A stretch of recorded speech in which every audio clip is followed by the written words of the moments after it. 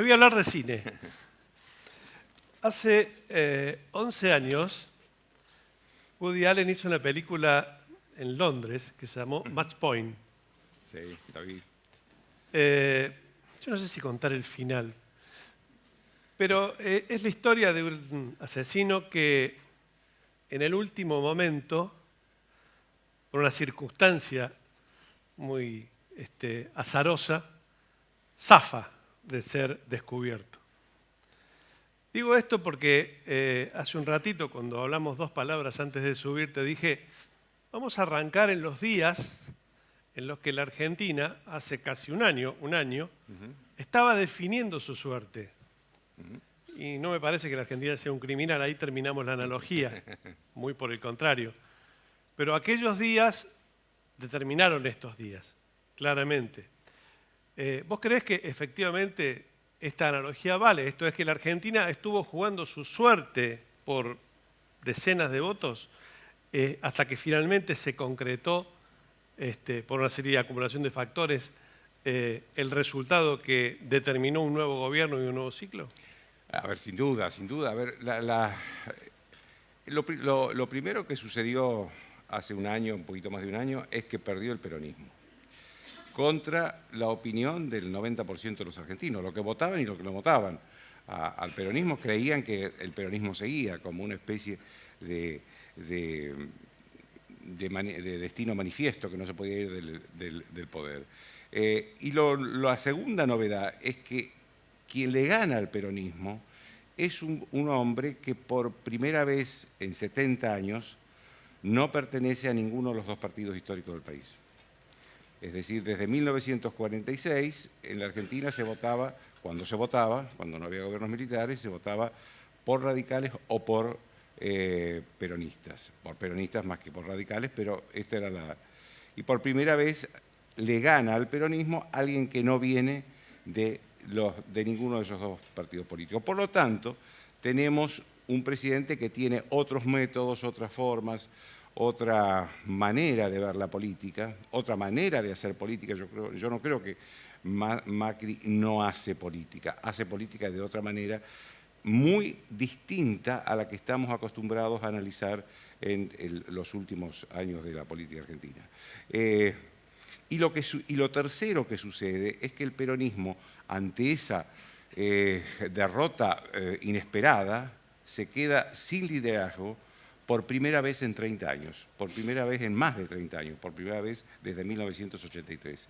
Hubo liderazgos decadentes en el peronismo en todo este tiempo, pero inmediatamente ya estaba surgiendo el liderazgo de reemplazo. Pasó cuando Cafiero, por su adhesión a los momentos difíciles que vivió Alfonsín, pierde, empieza la decadencia de Cafiero, aparece Menem. Cuando mucho después empieza la decadencia de Menem, aparece Duhalde. Cuando Duhalde no tiene más remedio que volverse a su casa, aparece Kirchner. Es decir, esos liderazgos decadentes tuvieron un reemplazo inmediato, cosa que ahora no pasa. Hace un año Macri ya era presidente electo, se disponía a armar su gabinete. Había un evidente cambio de clima y unas expectativas. ¿Qué quedan de esas expectativas? A ver, yo no creo que se hayan desvanecido todas. Creo que, por ejemplo, Macri todavía tiene encuestas buenas, y eso lo reconocen hasta los encuestadores que trabajan para la oposición, buenas en el sentido de que está en el 56, entre el 56 y 58% de la aprobación de la sociedad. Esto hoy en América Latina es absolutamente inédito, debe ser el presidente con mejor imagen en toda América Latina.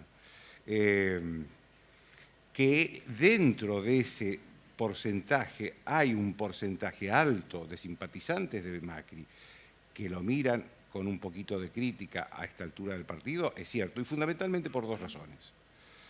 Una, por la situación económica, porque el gobierno creó expectativas que no se dieron, habló del primer semestre, de principio del primer semestre, la reactivación no se dio, habló del último trimestre, ahí estamos en el último trimestre, no pasa nada con la economía. Hay un poquito bastante a veces de crítica por eso. Y el otro problema que tiene Macri es la justicia. Los que lo votaron a él quieren ver a Cristina Kirchner presa. Ahora, no sé por qué lo culpan a Y Macri. Macri quiere No ver a que, Cristina, no que porque Cristina lo Kirchner culpan presa. a Macri, porque, a ver, felizmente en este país el presidente no puede poner preso a nadie. Y Macri quiere... Y digo, felizmente, porque podríamos estar presos bastante por la época de Cristina Kirchner. Así que felizmente en este país los únicos que pueden meter presos son los jueces. A ver, yo lo que creo de Macri es que, por supuesto que objetivamente a Macri le conviene que Cristina Kirchner ande paseándose en los tribunales y haciendo los espectáculos que hace. Y le conviene, digamos, mientras eso sea la opción de la sociedad argentina, y se va a quedar con Macri a pesar de todos los errores que puede tener el gobierno de Macri. Ahora, no depende de él, y me consta que tampoco los jueces, al contrario, los jueces se quejan porque el gobierno no les hace saber qué es lo que quiere el gobierno. En buena hora, En buena hora. podríamos decir. En buena hora. Ahora, que los jueces son lentos en la Argentina, y sí son lentos. Y eso que ahora están un poquito Y algunos más son ágiles. algo más que lentos. Y ahora, y ahora están un poquito más ágiles. Eso no cabe ninguna duda. Digamos. Pero hay un reclamo de la sociedad que empezó reclamando que se juzgue la corrupción. Ahora, después que se pongan presa a Cristina, debido y a todos estos. Ahora que se recupere el dinero, y además pide que ese dinero tenga un fin específico, que además por lo general no es un fin sofisticado el que pide, que se invierte el dinero robado en escuelas, en hospitales, en esas cosas que son elementales para la sociedad, ¿no? Y frente a eso, digamos, la sociedad no ve a los jueces, porque los jueces generalmente están detrás de la escena, no están en la primera plana, son muy pocos los que están, lo que la sociedad... Entonces, ¿por qué, por qué este gobierno no puso presa a Cristina? Y bueno, no lo puede poner presa, lo que puede hacer es aportar datos a la justicia para que los jueces tomen en tiempo y forma una decisión. Yo creo que Cristina Kirchner está comprometida y creo que en algún momento va a ser condenada a prisión. Digo condenada a prisión, no digo que va a estar presa, porque dependerá de si es candidata, no es candidata, en fin. Sí. Hace un año Macri asumía que uno podía mirar una moneda de los dos costados. Por un lado, se eclipsaban, caían los populismos en la región, incluyendo Brasil, como vimos luego el desenlace, la crisis de Venezuela, y obviamente el reemplazo de Cristina por Macri, y al mismo tiempo comenzaba a soplar todavía con más fuerza un viento económico en contra para la región. Esto es, había un Macri que recibía una circunstancia económica todavía más dramática de la que podía esperarse. ¿Cómo crees que resolvió y está resolviendo Macri hoy esa contingencia económica adversa? A ver, lo primero que debo decir es que el populismo, yo creo que el populismo no está muerto en la Argentina ni en la región. Cuando hay un 30% de pobres como en la Argentina, y cuando hay una sociedad, además la sociedad argentina, somos una sociedad acostumbrada o que le gustan las soluciones facilistas, le gustan los subsidios a todos los sectores sociales. Creo que el populismo no está muerto. El error que cometió, me parece a mí el grave, el presidente o su equipo y él incluido, es no haber hecho un balance muy pormenorizado de lo que recibió. Creo que esta fue una medida de marketing, impulsada por el marketing. Se animó un poquito, muy levemente en marzo. En marzo, cuando habló ante la Asamblea Legislativa, después hizo un libro que se llama El Estado sobre el Estado del Estado, pero no lo leyó nadie, convengamos. Digamos, tendría que haber hecho una cosa mucho más profunda, meticulosa y insistente con la herencia que recibió. Llegado a ese punto, yo digo, a ver, Macri realmente no le veo muchas alternativas hoy. Tenemos que partir de la base de que es el presidente con la minoría más exigua parlamentaria, por la minoría parlamentaria más exigua de la historia. Prácticamente Macri no tiene parlamento. Eso habilita otras dos caras de una moneda. Una nueva cultura de acuerdos que ha habido este año en el Congreso y a su vez un costo alto por esos acuerdos. Sí, ha habido una cultura del acuerdo con un peronismo de principios de año y de mediados de año, donde Macri tenía 60, 70% de aceptación. El peronismo nunca se va a enfrentar a un líder con esas características, pero ya lo hemos visto que cuando empiezan a detectar que el presidente es cuestionado hasta por algunos simpatizantes, el peronismo cambia absolutamente y vuelve a las viejas recetas del populismo. Esto es, aumentemos los gastos del Estado, creemos nuevos impuestos, todas las viejas recetas del populismo. Con una trampa adicional, que es que le cobró por adelantado la reforma política y le hizo un desplante. Bueno, lo de la reforma política, a ver, hay dos temas que realmente son inexplicables en la política argentina. Una es la reforma política, que yo creo que ahí hay tanta culpa del peronismo feudal y del kirchnerismo para asestarle una derrota a Macri, y el peronismo feudal para seguir manejando las elecciones. Pero creo que también hay un error del gobierno. Un error político del gobierno porque, a ver, si en mayo o junio de este año el gobierno hubiera dicho, yo acá presento una reforma electoral donde todo el mundo va a poder votar de manera distinta, clara, sin mezclarse con millones de boletas en un cuarto oscuro, pero lo voy a someter a un plebiscito no vinculante. ¿Qué quiere decir un plebiscito no vinculante? Que el resultado del plebiscito no es obligatorio para el Congreso ni para el Poder Ejecutivo. Pero es un plebiscito donde la gente se... Y eso lo puede hacer el gobierno... Como el del acuerdo por el Beagle. Y eso lo puede hacer el gobierno sin necesidad de acuerdo del Congreso, porque no es vinculante. Pero es la sociedad que se pronuncia. El peronismo jamás hubiera llegado a ese plebiscito, porque no se hubiera sometido a una segunda derrota consecutiva. Es lo que hizo Alfonsín con ¿Qué hizo el peronismo hábilmente? Fue decirle al gobierno que le iba a votar la reforma, de alguna manera, con algunas modificaciones, lo fue llevando, hasta este momento, donde le cobró por adelantado, claro, los gobernadores le cobraron caro por adelantado. Hoy terminan las sesiones extraordinarias del Congreso, no salió la reforma electoral. El año que viene es imposible implementarla por muchas razones, por razones de tiempo, pero también porque no es, digamos, no es ético que se planteen reformas electorales en un año electoral. Con lo cual, digamos, salvo que en este mes, en las sesiones extraordinarias, haya un acuerdo entre el Poder Ejecutivo y la oposición para hacer algún cambio, eso está terminado para la elección del año que viene, no va a haber reforma electoral. Ahora, no va a haber reforma electoral, pero creo que es una victoria a lo pirro del peronismo, porque en última instancia está aceptando que hay fraude en la Argentina. Mira, después de la elección del año pasado, un miembro del equipo de Scioli me contó una reunión que hubo del equipo de Scioli, donde aparecieron 3 especialistas en cuestiones electorales, que nadie conocía quiénes eran, se pararon con un pizarrón y empezaron a explicar por qué no podía haber fraude. Dijo, bueno, la primera vuelta ganó la oposición, la gobernadora va a ser de la oposición, los intendentes no quieren enfrentarse con la futura gobernadora porque es la que distribuye gran parte de los recursos, así que, señores, hay que ganar la segunda vuelta sin fraude esta vez. Así fue, como quien enseña a manejar un auto. Esta fue digamos, esto es lo que está en el fondo de esta, y creo que la sociedad lo percibe, y creo que esto lo va a pagar caro el peronismo. Creo que lo va a pagar caro. ¿Le han asestado una derrota al presidente? Le han asestado una derrota al presidente.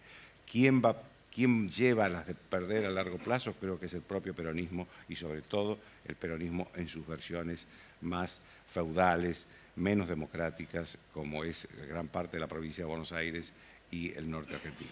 El año electoral terminó con una sorpresa política extraordinaria, más allá de que algunos llegaron a predecir el resultado en los Estados Unidos. ¿Qué debe cambiar Macri? ¿Qué debe cambiar el perfil de política exterior de la Argentina para negociar, establecer una relación y atenerse a las consecuencias positivas o negativas de la gestión de Donald Trump?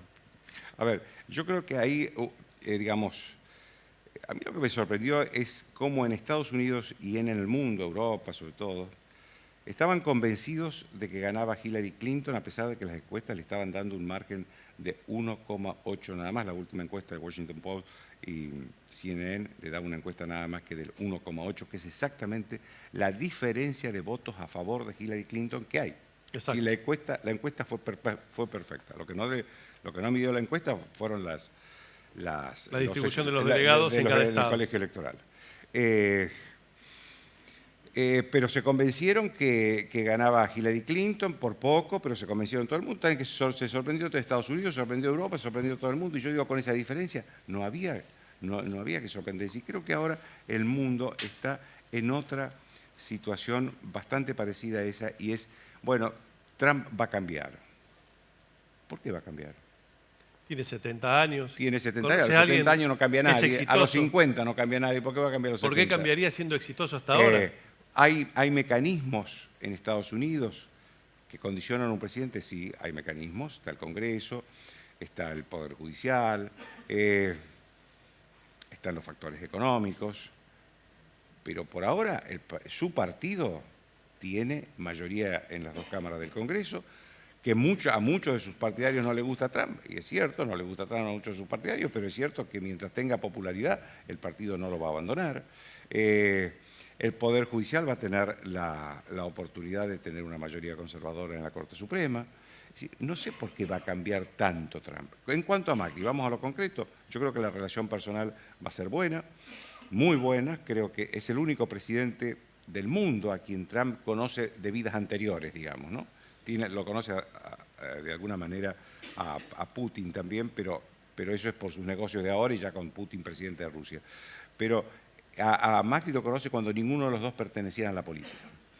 La relación personal va a ser buena, le va a invitar a la Casa Blanca, lo va a abrazar, lo va a besar, esto no cabe ninguna duda. Ahora, ¿qué repercusión va a tener en la Argentina las políticas, sobre todo económicas, de Trump?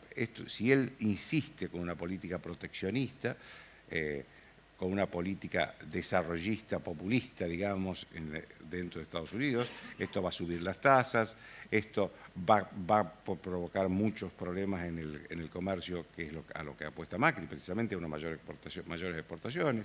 Es decir, digamos, esto puede afectarlo. Y yo anoto otro tema, digamos, la relación de Trump con Putin significa que muchas fronteras en el mundo están en discusión, la de los países bálticos, la de Siria, y cuando ponemos en discusión temas tan básicos como el libre comercio y la seguridad de las fronteras nacionales, la agenda de los países emergentes pasa a ser una prioridad que no existe directamente, porque el mundo está debatiendo cuestiones que ya se creían resueltas definitivamente. Salvo nuestra relación con China, en la que Trump tiene un interés especial. No la relación con China y Argentina, sino China con Estados Unidos. Claro, bueno, pues lo que pasa es que China se ha colocado ahora en el líder digamos, hay dos liderazgos emergentes. Uno es el liderazgo de China, que dice ante este señor, nosotros somos los líderes del libre comercio, y Angela Merkel, que dice, yo soy la líder de un mundo de libertad, de un mundo de respeto a los derechos humanos, a las diferencias culturales, religiosas. Es decir, esos dos liderazgos son emergentes. Ahora, va a llevar su tiempo que esos países puedan reemplazar al histórico liderazgo mundial de los Estados Unidos. Estamos en marzo del año que viene. Macri, el peronismo, los partidos que tercian en la discusión o pretenderán terciar en la discusión, están decidiendo sus listas, sus propuestas electorales. ¿Cómo te imaginas ese escenario? A ver, yo creo que en primer lugar que la campaña empezó en esta semana, con Massa haciendo lo que hace, con el peronismo haciendo lo que hace, Tomando con el socialismo posición. haciendo lo que hace. Yo creo que la campaña ya empezó.